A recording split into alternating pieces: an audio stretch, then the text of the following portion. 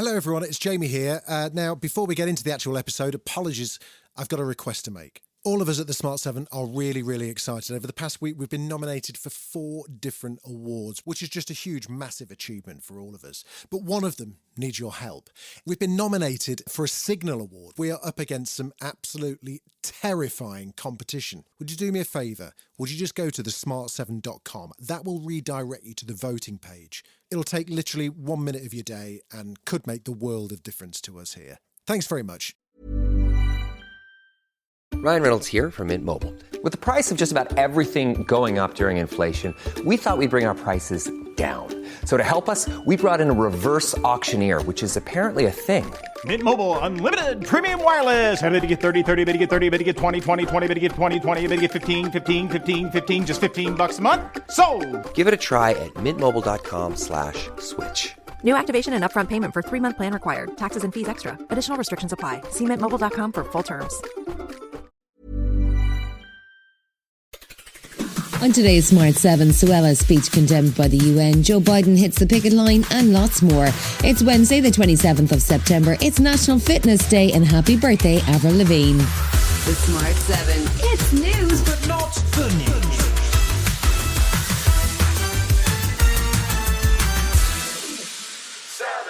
Home Secretary Suella Braverman headed to Washington on Tuesday. She gave a speech on refugees at the American Enterprise Institute in a move that some saw as her opening bid to be the next Tory leader. The speech recycled some of the stop the small boat rhetoric she's used before, but escalated matters by claiming illegal migration poses an existential challenge by the institutions of the West. She says the UN's 1951 Convention on Refugees needs to be reformed and redefined. Where individuals are being persecuted, it is right that we offer sanctuary. But we will not be able to sustain an asylum system if, in effect, simply being gay or fearful of discrimination in your country of origin is sufficient to qualify for protection. Her speech was immediately condemned by the UNHCR and by Amnesty International, who accused her of cynicism and xenophobia. Labour's Shadow Home Secretary Yvette Cooper also condemned the speech and accused Braverman of trying to divert attention from the Tories' failure to process asylum applications. To try and target lesbian and gay people is just trying to distract people from her own failure, where she should instead be getting a grip rather than ramping up the rhetoric and focusing on her failure to tackle the criminal gangs. Labour's Annalise Dodds said that they have a clear plan to tackle the backlog and resolve the issues here at home. We think it's really important that we've got a system that's fair and that's firm as well. We don't have either under the Conservatives.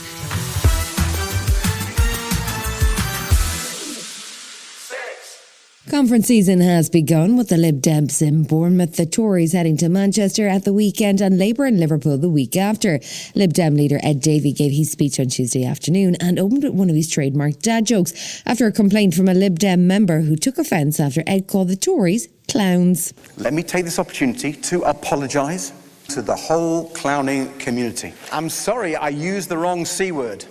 So let me try again.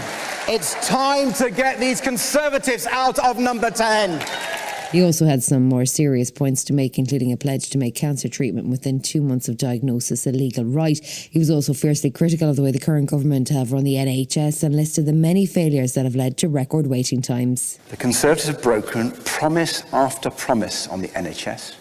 All a total con. Perhaps there should be a warning on the ballot paper. Voting Conservative is bad for your health.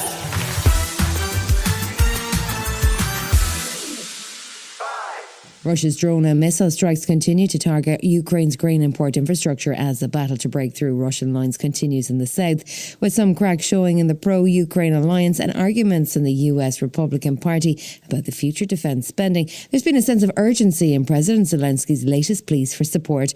But German Foreign Minister Annalena Baerbock spoke to CNN, and she says that Europe and the UN are not going to waver. Many countries around the world see this is not only about Ukraine, this is not only about peace in Europe. If we allow one dictator to overrule all our peaceful rights, this will be the end of peaceful cooperation in the world. Meanwhile, in Canada, an unfortunate incident which saw members of Parliament give not one but two standing ovations to a 98-year-old Ukrainian man has now led to the resignation of the Speaker of the Canadian Parliament.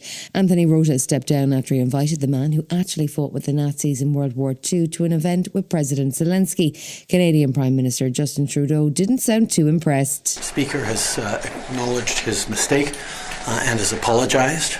But this is something that is deeply embarrassing to the Parliament of Canada and, by extension, to all Canadians.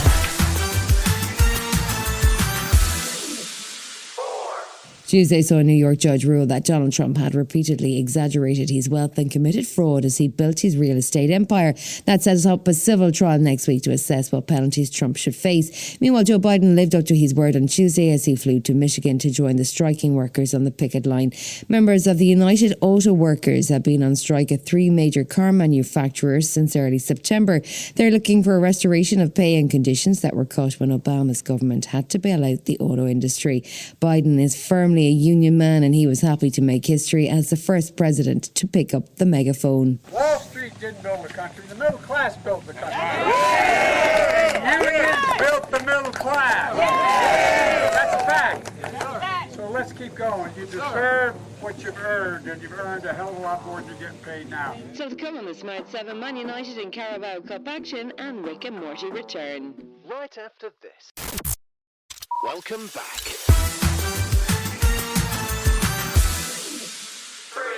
Tuesday night saw Carabao Cup action with 7 games and a good few surprises. Wolves got knocked out by Ipswich, who won 3-2. Luton lost 1-0 to Exeter. Less surprisingly, Salford City got knocked out by Burnley, who won 4-0, and Man United managed a 3-0 win over Crystal Palace. The two sides are due to play again in the Premier League this Saturday, and Crystal Palace's Roy Hodgson wasn't really looking forward to their next meeting. And we have to accept that we're out of the Carabao Cup and Man United go on, and we've now got a few days to lick our wounds in that respect and make certain that when we come up on Saturday we can give a better account of ourselves. Take That are back, but the boy band that became a man band is now probably on its way to a granddad band and down to just 3 members.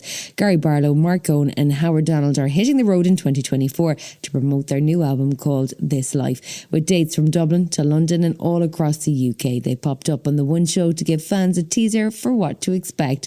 Howard, who's bouncing back from some poorly judged social posts in the summer, says it'll be a good day out. We're just super excited. I mean, that's like the icing on the cake. You do your album, you do your promo, and then at the end of it all, you do the tour. And I think we just love it when people come and they leave and they have happy faces. Yeah.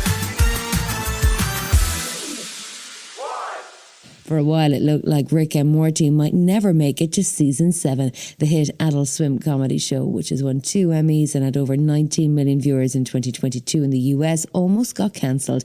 Co-creator Justin Roiland was charged with felony domestic abuse, and then a series of revelations about abusive texts to fans saw him leave the show. He was the voice of both Rick and Morty, so the roles had to be recast. Now it's back for a new season on E4 in October, but they won't tell us who the new voices are. Do we know anyone sober? Have you been drinking? On a Thursday?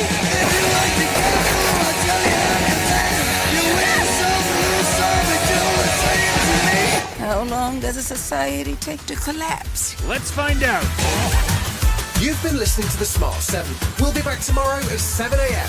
Hit that follow button and have a great day. Give us 7 minutes and we'll give you the world.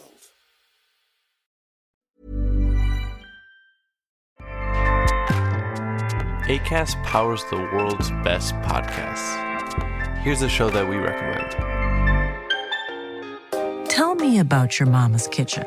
That simple question opens up a flood of delicious memories, and it's at the center of my new Audible original podcast called Your Mama's Kitchen. My mama's kitchen was chaos.